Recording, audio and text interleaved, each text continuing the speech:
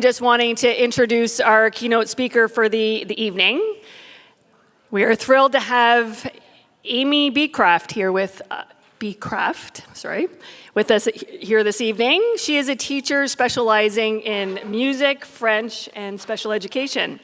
She also spent 8 years helping to run a Why Not Youth Center in Brantford, Ontario.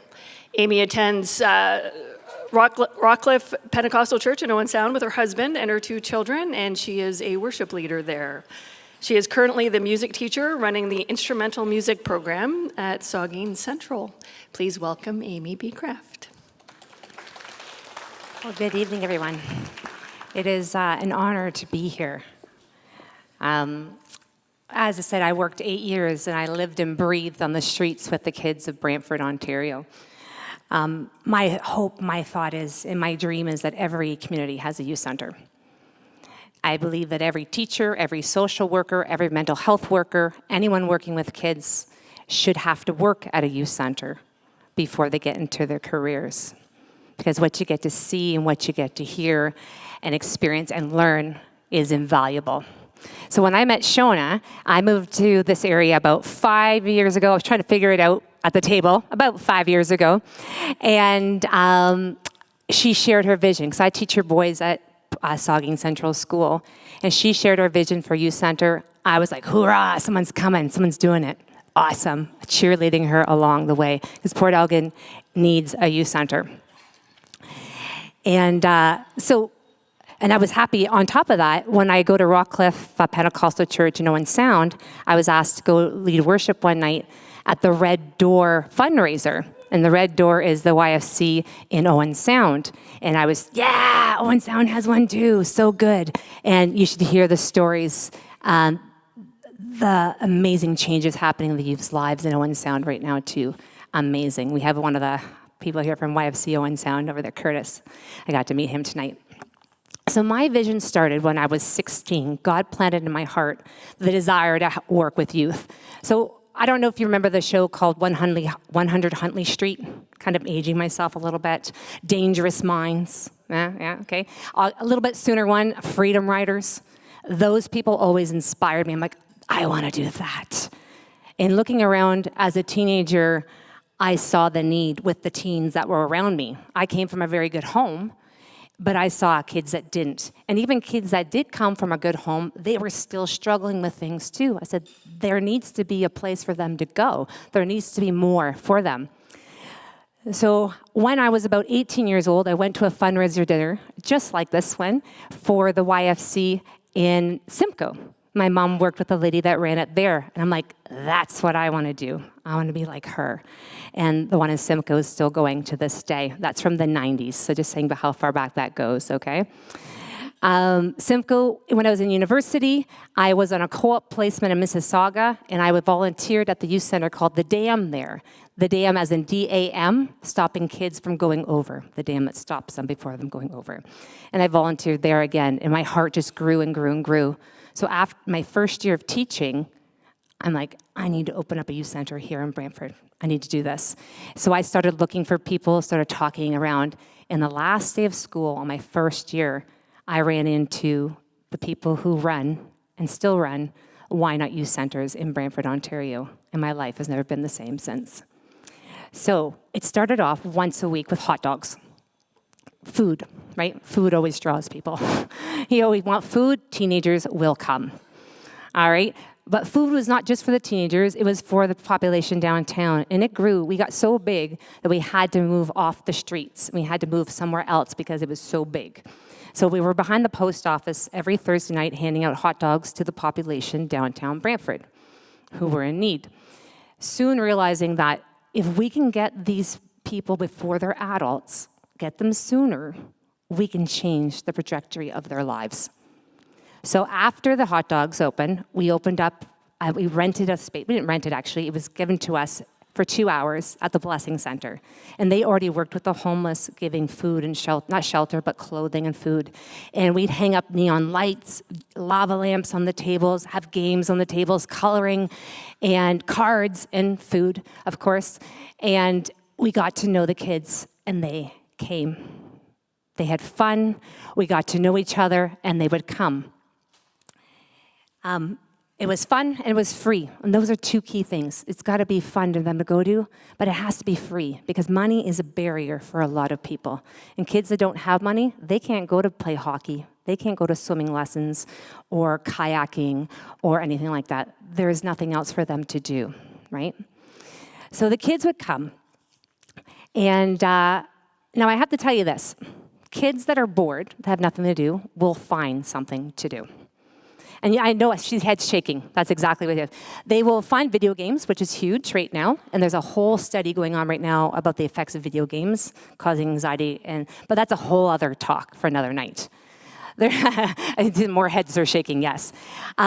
There's the obvious ones that you know about, that some kids get into drugs, some get into alcohol, sexual promiscuity. Some just don't have a safe place to go, or they choose places that are unsafe and unhealthy sometimes. The funniest story, it's funny now, is that we opened up a youth center in Paris as well. We expanded into St. George, which is about the size of Wyerden. Paris is just like Port Elgin, the same size, cute downtown, tourist attraction, lovely homes, lovely community. And we opened up one in Paris, and it was full. After the first week of opening up, one of the stores downtown, I think it was Canadian Tire, they called and said, "Thank you for opening up your youth center. Our garbage can has not been lit on fire since you opened up." Bored kids will find something to do. So let's give them something to do. So at the youth center, eventually we got our own space. We rented a place across the street, and we were open once Monday, Tuesday, Wednesday, and Thursday from 5 to 9 every night. Some kids would come and go, and some would stay. Some kids came and had fun, played foosball, played the pool table, and they'd go be a part of our community. And some would be there from 5 to 9 every single night. It became a lifeline for some of the kids. It became a lifeline, and we got to build a relationship with them, got to know them, got to be a part of their lives, got to be champions for them, because every kid needs a champion. Someone is cheering for them. It needs to be consistent, time to build trust, and that's when you can make changes and help guide kids along the way. Now, we had fun. We had pool tables, foosball tables, shuffleboard. We had tournaments, which was so much fun. Cards, Connect Four, you name it, the board game, we had them. And we had volunteers. Now, volunteers are key because they bring not only more hands and hearts to help out, but they bring cool skills with them. We did karaoke. A group would come and bring karaoke for us. One volunteer gave cooking lessons once a week. One brought a motorcycle in and taught small engine repair. That is very cool for some kids who never get that experience. And I put out coloring books. And Charlie, who was our director, and Trevor, who's now my husband, by the way, we've met at the youth center. We're one of the first couples married from the youth center. They said, "Coloring books? These are teenagers, Amy." And I said, "Hey, give me a second, okay? Coloring books. Winnie the Pooh coloring books." They're like, "What is this," right? Well, don't you know what happened? Bruce came in. So Bruce, the first time Bruce came in, he stood at the door, didn't say much to anybody, and walked out, quiet. "Hi." I say hi, wouldn't say anything. Next day, come in, looked at me. I know we all see each other. A room about this size. Stepped in, came a little further in. Then a couple days in, he felt more comfortable. He came in further into the youth center. And what was he doing? Coloring Winnie the Pooh. 17-year-old boy. And Charlie and Trevor looked at me. I said, "See? Right? Because Bruce never really got to be a kid, as we find out. Bruce came from a home that was ridden with drugs. He knew where to get them because he'd have to run and get them for his mom and dad. He would be kicked out of the house when his parents did the drugs because they thought they were being good parents by not doing it in front of the kids. So they would wander around the town. Bruce's dad was also quite abusive and broke his legs at 5. And it wasn't until he was 12 that the nurses caught on that something else was going on, and he entered into foster care. So now at 17, dealing with fetal alcohol syndrome and a life of abuse and uncertainty, Bruce was coloring Winnie the Pooh in a place that was safe. He was loved and told he was loved for the first time, which was shocking for him. and he got to experience what it is that I grew up with, stability and comfort and safety. He got to experience that. In fact, we had our Christmas tree up that year, hanging up in the tree and decorating. That was his first Christmas tree he'd ever decorated in his 17 years. So there's a need. But what you don't want to see, you don't have to see. I lived in Brantford. My parents lived in Brantford for 30 years. And if you don't want to see what's happening, you don't have to see it. But there is a need, okay? Now you say, Amy, that's Brantford. That's like Owen Sound, because Owen Sound and Brantford are very similar in the spirit. That's Owen Sound. I'm going to tell you, I work in Port Elgin. And at my school, so my school is a kindergarten to grade 6 school. Okay? So that's 3-year-olds to 11-year-olds. This is that population. In my school alone, we have mental health workers working with kids thinking about suicide. We have lunches dropped off every day for kids who cannot afford lunches. We have kids living in hotels. We have parents who just came out of prison. We've got kids who are returning to their biological mom and dads after being in foster care for years. Never mind the mental health of parents at their homes. Okay?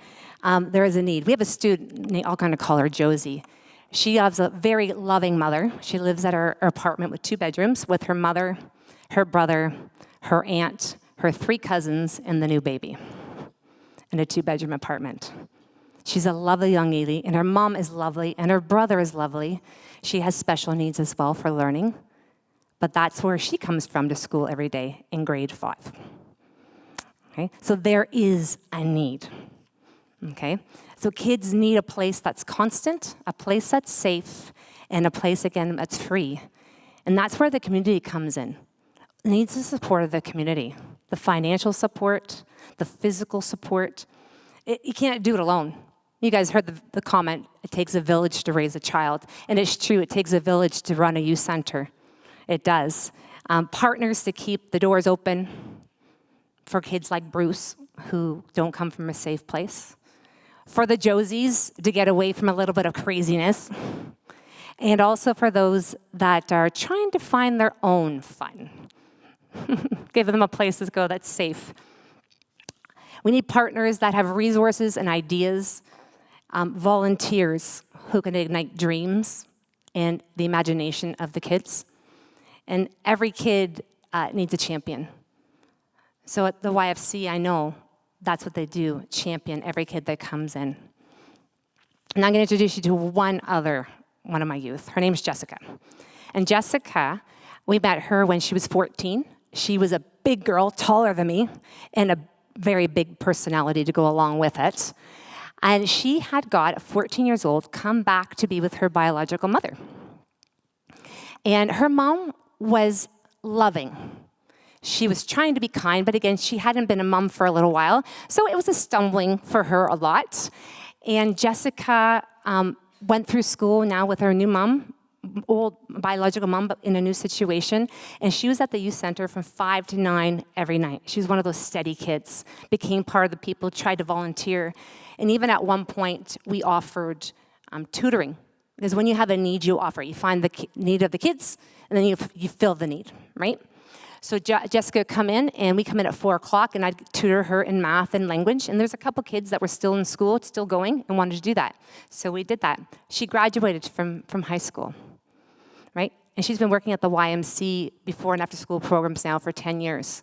And she's come up to a managerial position. We got to be a champion to walk with her through that.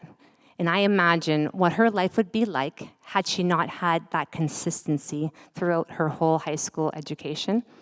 Again, mom was doing the best she could, but she needed more. She needed more. And that's why we need this place. We need youth centers, and every community should have one. And I'd like to say the more about fundraising, this is kind of an added on the end, the less that Shona has to fundraise, because the funds are coming in, the more she can focus on the needs of the youth too. And I thank you. I see everyone's here. You are already on board. You are here. And I can't thank you from my heart seeing this happening in Port Elgin. I know from Shona's heart too. And I see the staff at YFC. I see the people who work at the youth center shaking their heads going, yes, this is it. And I am honored to be able to talk to you. I have a dozen 1,000 stories I can tell up here, but I'm going to stop talking now. And thank you for having me tonight. It's been a privilege. Thank you.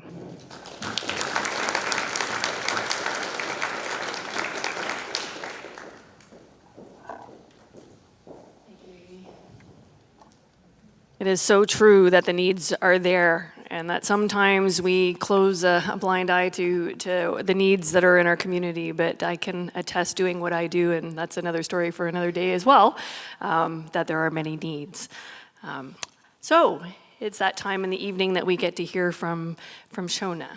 And I just want to give a quick introduction as far as her involvement with us. She joined us as a committee in 2022 as our prayer coordinator, and some of you might have met her along the way as she was traveling from church to church just to build awareness of YFC Youth Unlimited and the ministry that we're wanting to do here. And then she felt a call to apply to be the satellite director here. So she spent most of 2024 raising her deputation. That's when they have to raise a certain amount before they can actually start doing the work. And then she began in January of this year, 2025, officially in the role.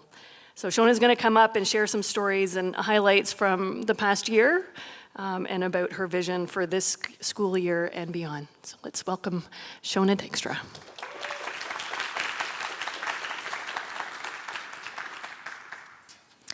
Good evening.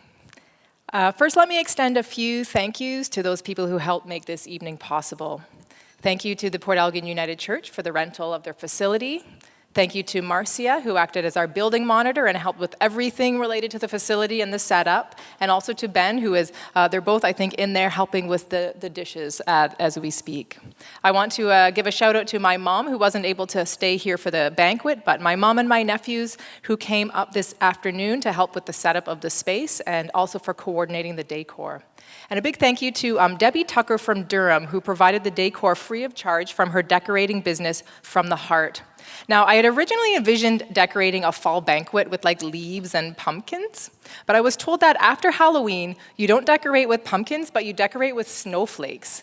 And I was feeling quite resistant to this, because this conversation was happening in September, and I'm certain I was wearing shorts and like no sleeves. And I wanted to resist, but she was right, because the snow's a-coming as early as tomorrow, so my apologies for decorating with snow and bringing on winter. Thank you, Amy, for sharing with your experience from Why Not, and just for being a support to me in this journey of youth work. Thank you to Brian and Kim, who have brought their talents in music and audiovisual. To Trish, who is our MC for the evening, thank you. To Becky and Taylor for just kind of being a support and just helping out kind of around the beverages as required. To my husband, Alistair, thank you. To my kids, my kids, Jacob, Josh, Ben, and Tim, who are here helping with the setup this afternoon and who are going to help us haul everything out of here when we're all done. And I do want to extend an extra thank you to Becky, who is my dear friend and prayer partner. And we have been praying together for a youth center type space in this community for many, many years, and especially now as our kids have reached their teen years. And it just reminds me of how long it takes to lay a foundation, especially to lay a foundation for something big. And when I was in the midst of my support raising, in the summer of 2024, construction was starting on the new aquatic center in Port Elgin. And I drove past it a lot on my way to Southampton for tennis, for church, or for support raising meetings. They spent many months digging a big hole and pouring a solid foundation because they wanted to put a building on it that was large and was built to last. In many ways, that's what we've been doing here in the past 2 years, laying a foundation for the work that we want to do to support young people through Youth Unlimited YFC Saugeen Shores. A big focus in the first 2 years of employment with YFC is training. In addition to the standard workplace training and the very thorough protection plan screening process, YFC runs courses and conferences to ensure that all of their staff have a base level of knowledge of the scriptures, evangelism and discipleship techniques, Bible study methods, youth culture understanding, and crisis support tools such as mental health first aid and suicide intervention. Another aspect of the training focuses on nurturing our marriage, family, and home life. and incorporating spiritual practices such as Sabbath and very important daily times with God. This ensures that our own spiritual health and allows us to minister to young people out of the fullness of our own deep and personal connection with our Savior. Another part of laying the foundation is building a volunteer team. We currently have 5 fully screened volunteers and 5 more who are in the screening process. And there are another at least dozen on top of that who are also planning to screen as volunteers and help out at our youth drop-in spaces.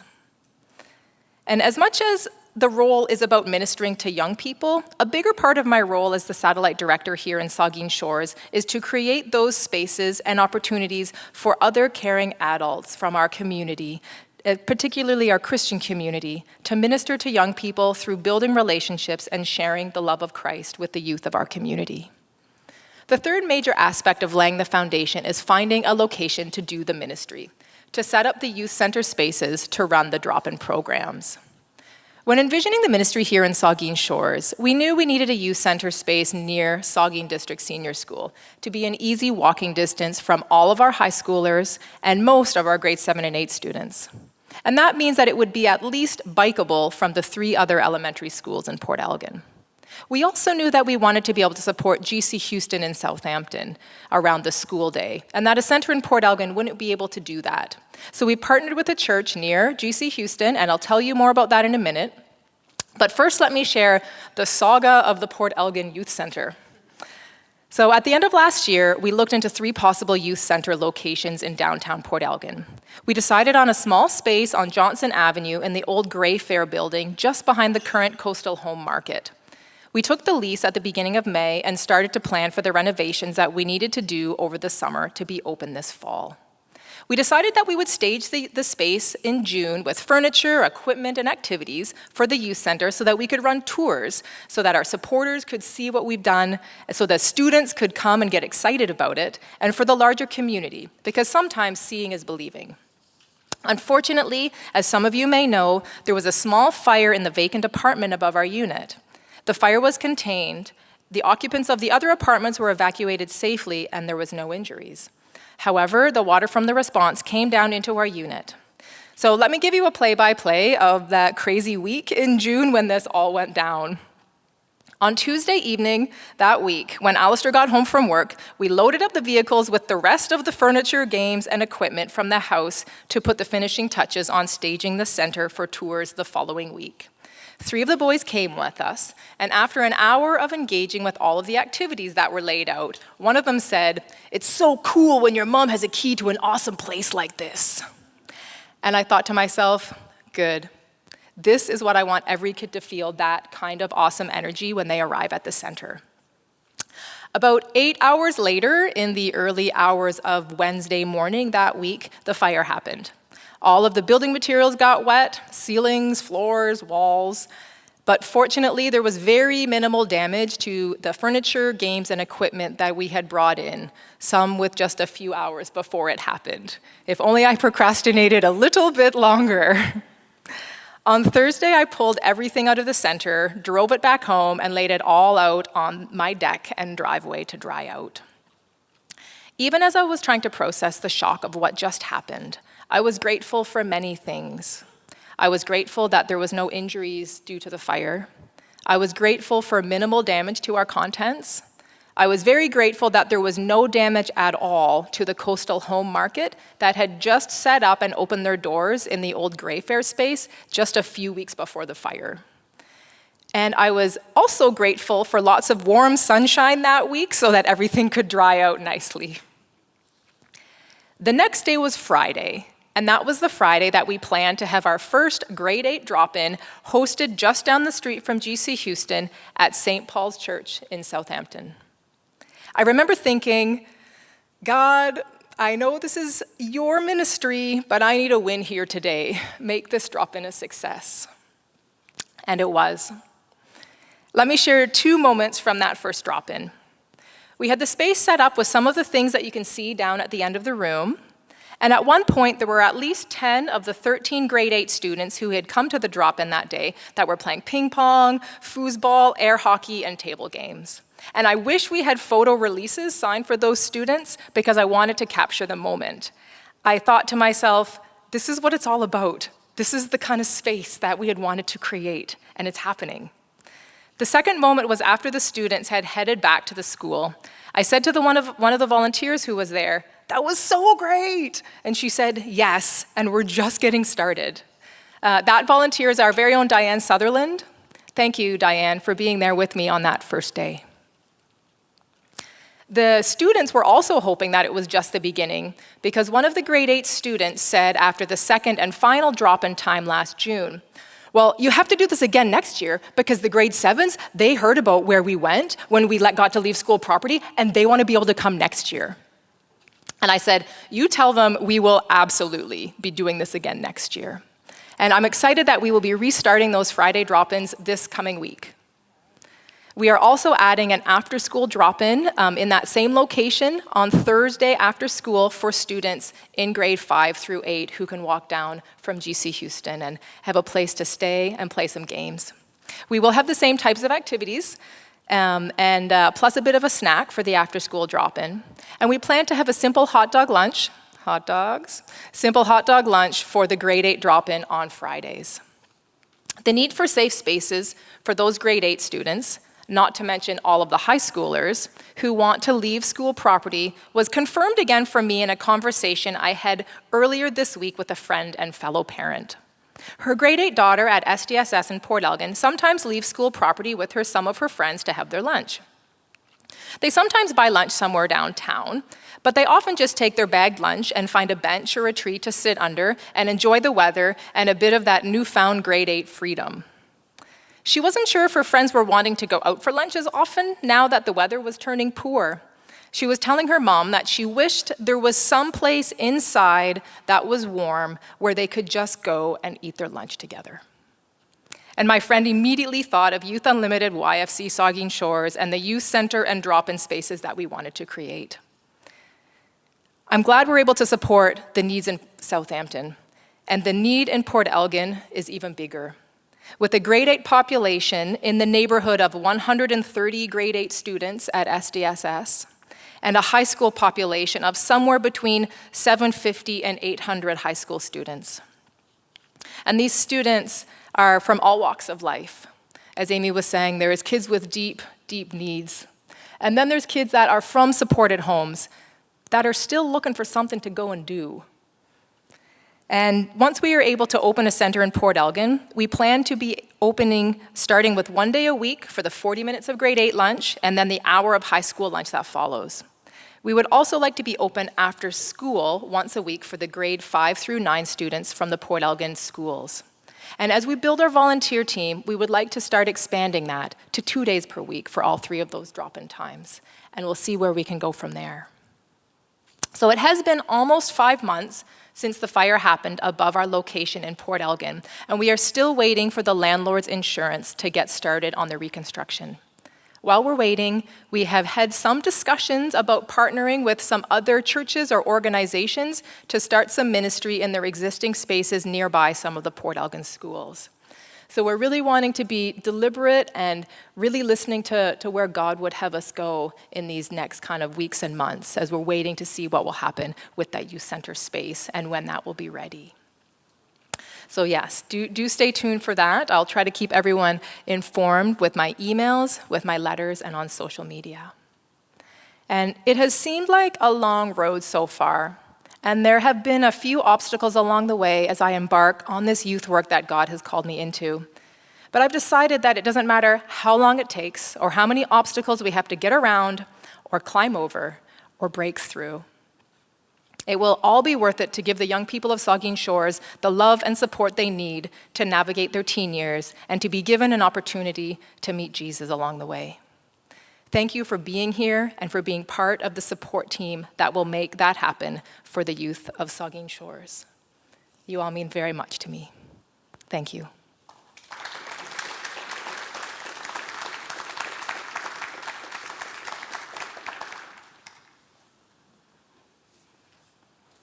Thank you, Shona.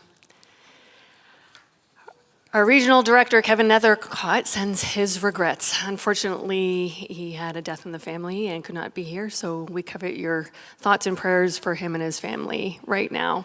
So I get to do what he would have done today in doing the appeal today. So please understand these are someone else's words, so I will do my best to give you Kevin's heart for what he's wanting to convey right now. Did any of you, as you were growing up, have any significant adults that impacted you in a positive way? And I'm going to add a term that Amy mentioned earlier. Did you have any safe adults in your life that impacted you in a significant way? Can you think of someone? We want to do that in the lives of the young people in our community as well. We see the hope and potential of every young person. He has a note here that he wants to mention that YFC recently, Southwestern Ontario YFC recently hired a new executive director by the name of Don Rose. Steve Deller, who was a part of the ministry for, and I apologize, I meant to look up how long. 35 years. I met Steve way back early 2000, so he was doing the ministry for a long time. But if you can keep Don Rose in your prayers as he's just begun this fall in his new role as the executive director. We just want to thank you for participating in this year's fundraising event, and we hope that you had an amazing time and that you had great conversation around the tables. So we've talked about the ministry of Saugeen Shores YFC Youth Unlimited this evening. And our desire as steering committee, staff, and volunteers is to be faithful in serving the needs of the youth in the community and sharing the love and truth of Jesus. Each year we set a budget to meet the needs of our ministry. This year for this event, we budgeted an income of $2,500 after the expense of the meal and venue are looked after. Some of you support Shona monthly, and we want to express our appreciation for that partnership. Tonight's goal of $2,500 helps us cover the actual costs of her doing ministry in the community. As was already mentioned, that when we raise support and when that load is taken off Shona's shoulders, she is left to be able to just do ministry. And we, as a committee, that's part of what we do, is trying to push the fundraising end of things to alleviate some of that for her. So anything you can do to help us with that goal tonight is greatly appreciated. And just so you know, to donate by cash or check, please fill in the partnership card. If someone can hold up what's on the table, there's envelopes and cards on the table. You can fill those in and put them in the envelope, and then there's a larger envelope that those envelopes then go into. If you can do that, and we will collect them at the end of the night. If you would rather use a credit card or debit card tonight, please see either Curtis or Beth, who are sitting at the table at the back, and will be at the back again at the end. I just wanted to mention and welcome Curtis, and I apologize, Curtis, I didn't catch your last name. Curtis is, and I can't hear, so I'm going deaf. But Curtis is with the Owen Sound Youth for Christ ministry. So if you have any questions about Youth for Christ ministry, then please feel free to talk to Curtis as well. I'm sure he'd be more than open to that. He's recently started in the last few months in his ministry up there as well. So thank you for being here, Curtis. So you can see Curtis at the end, or Beth as well, if you're wanting to pay by credit or a debit card. To process your donation. Again, we want to just express our appreciation for you coming tonight and being a part of this, and your heart for hearing what's going on with this ministry, and especially for your heart for the teens in our community.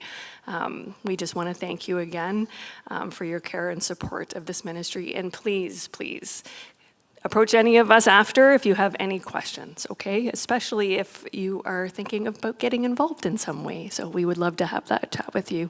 Thank you again for coming, and that is the end of our evening together.